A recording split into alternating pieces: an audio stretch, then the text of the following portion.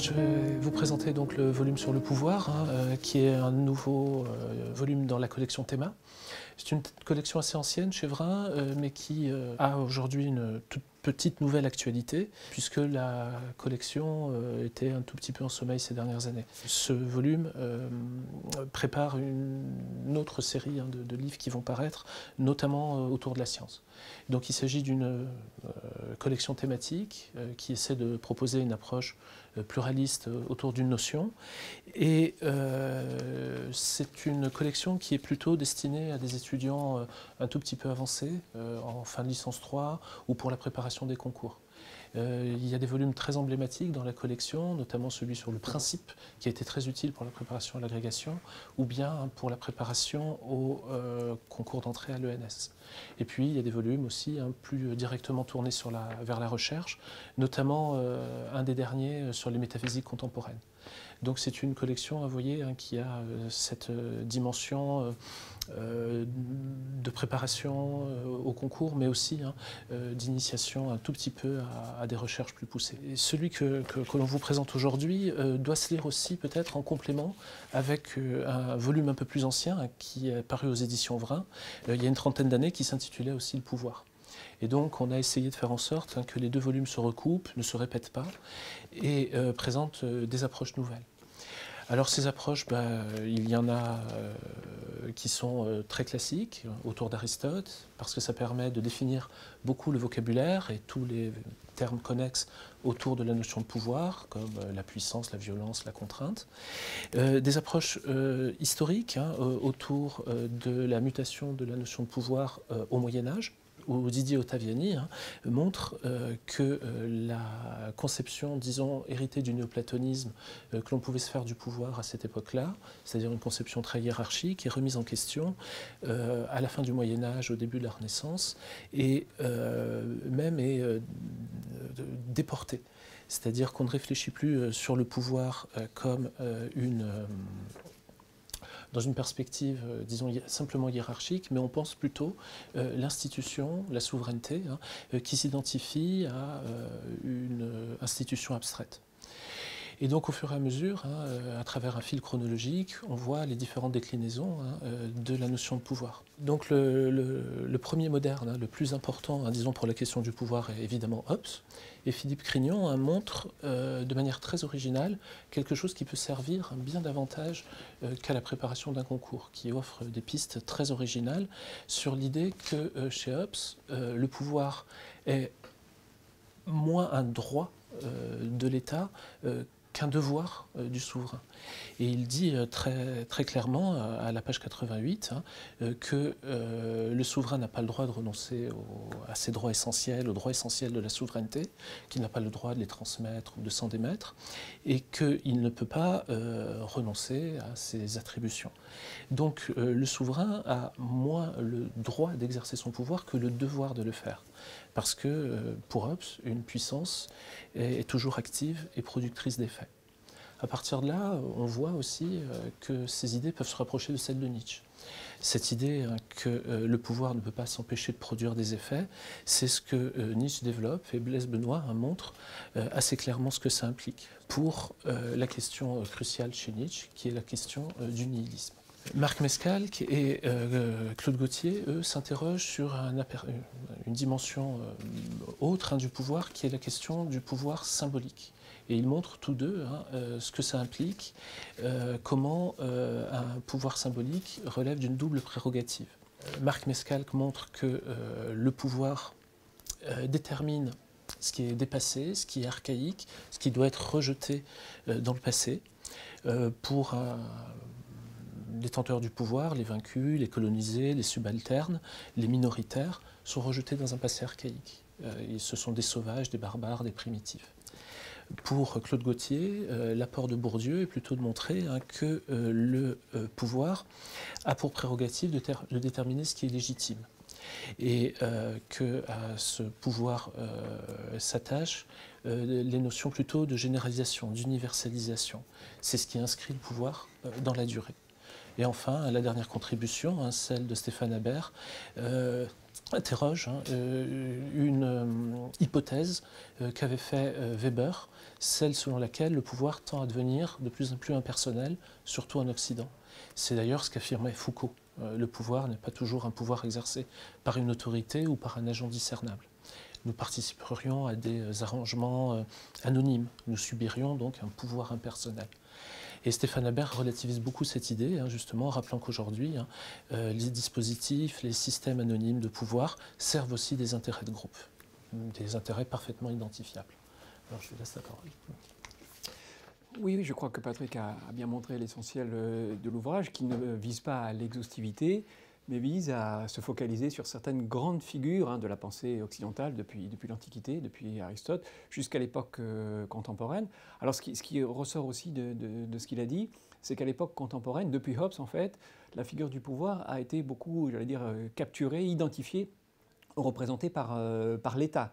Alors c'est vrai qu'on sait que c'est une hypothèse qui a été discutée autrefois par Foucault, hein, avec l'idée que l'identification du pouvoir avec un grand P à l'État, à la domination politique avec ses appareils et ses institutions, pose des problèmes tout simplement parce qu'il y a d'autres formes de pouvoir qui sont plus insidieuses, plus invisibles, peut-être plus douces, qui fonctionnent autrement qu'à la contrainte et à la violence, que ce soit le pouvoir dans la famille, que ce soit le pouvoir dans des institutions, par exemple scolaires ou pénales. Et il me semble que ce que montre l'ouvrage, c'est que cette intrusion foucaldienne inattendue et surprenante dans la problématique du pouvoir a été précédée en fait de nombreuses tentatives qui essayent justement de montrer qu'avant le pouvoir de l'État, avant le pouvoir politique, le pouvoir au sens superlatif du terme, émergent des façons de penser, des façons d'exercer la puissance qui ne se réduisent pas à l'État, qui le débordent par de nombreux côtés. Alors la façon la plus simple de problématiser ça, c'est de revenir à l'idée que dans notre langue française, le mot pouvoir est fondamentalement ambigu. Il y a le pouvoir de et le pouvoir sur. Il y a le pouvoir exercice d'une forme de coercition et de domination et il y a le pouvoir puissance. Il me semble qu'un certain nombre d'articles de l'ouvrage montrent que les philosophes ont été capables d'articuler ces deux dimensions-là, que ce soit chez Aristote où l'être humain, dans sa capacité d'agir, c'est-à-dire d'actualiser un certain nombre de potentialités, de puissances qui sont en lui, est en lien avec la question politique. De même chez Nietzsche, Nietzsche est un penseur du politique, de la domination et de ses limites, mais c'est fondamentalement, c'est ce que montre très bien l'article dans l'ouvrage, un penseur de la puissance d'agir, un penseur de la vie qui tend à s'exprimer dans l'intensité, dans la variété et dans la densité. Le pouvoir de l'État, le pouvoir politique, le pouvoir interpersonnel n'est qu'une figure possible, un moyen peut-être, un levier, ou en tout cas un aspect possible de cette force, de cette forme active que la notion de pouvoir résume. Donc je crois en effet que la notion de pouvoir, il faut accepter son ambivalence. Il faut accepter que le mot pouvoir en français, mais c'est le cas aussi des langues européennes qui nous entourent, même si les divisions ne sont pas les mêmes, que le mot de pouvoir ne désigne pas des choses simples. Et la grande erreur, bien identifiée par Foucault, c'est de tout de suite penser au pouvoir politique et à l'État. Il me semble que l'ouvrage permet de resituer cette problématique, pouvoir réduire à l'État ou extérieur à l'État, s'impliquant dans la puissance même d'agir de l'être humain, que le volume permet bien de mettre en perspective ces problèmes complexes qui sont liés à un mot aussi riche qu'ambigu, peut-être trompeur du fait de son ambiguïté trop grande. Alors la notion de pouvoir impersonnel est une des notions les plus impressionnantes et les plus importantes dans l'histoire. Non seulement de la philosophie moderne, ça a été rappelé à l'instant par Patrick, c'est Hobbes d'une certaine façon qui dégage l'État comme puissance, comment dire, sans visage.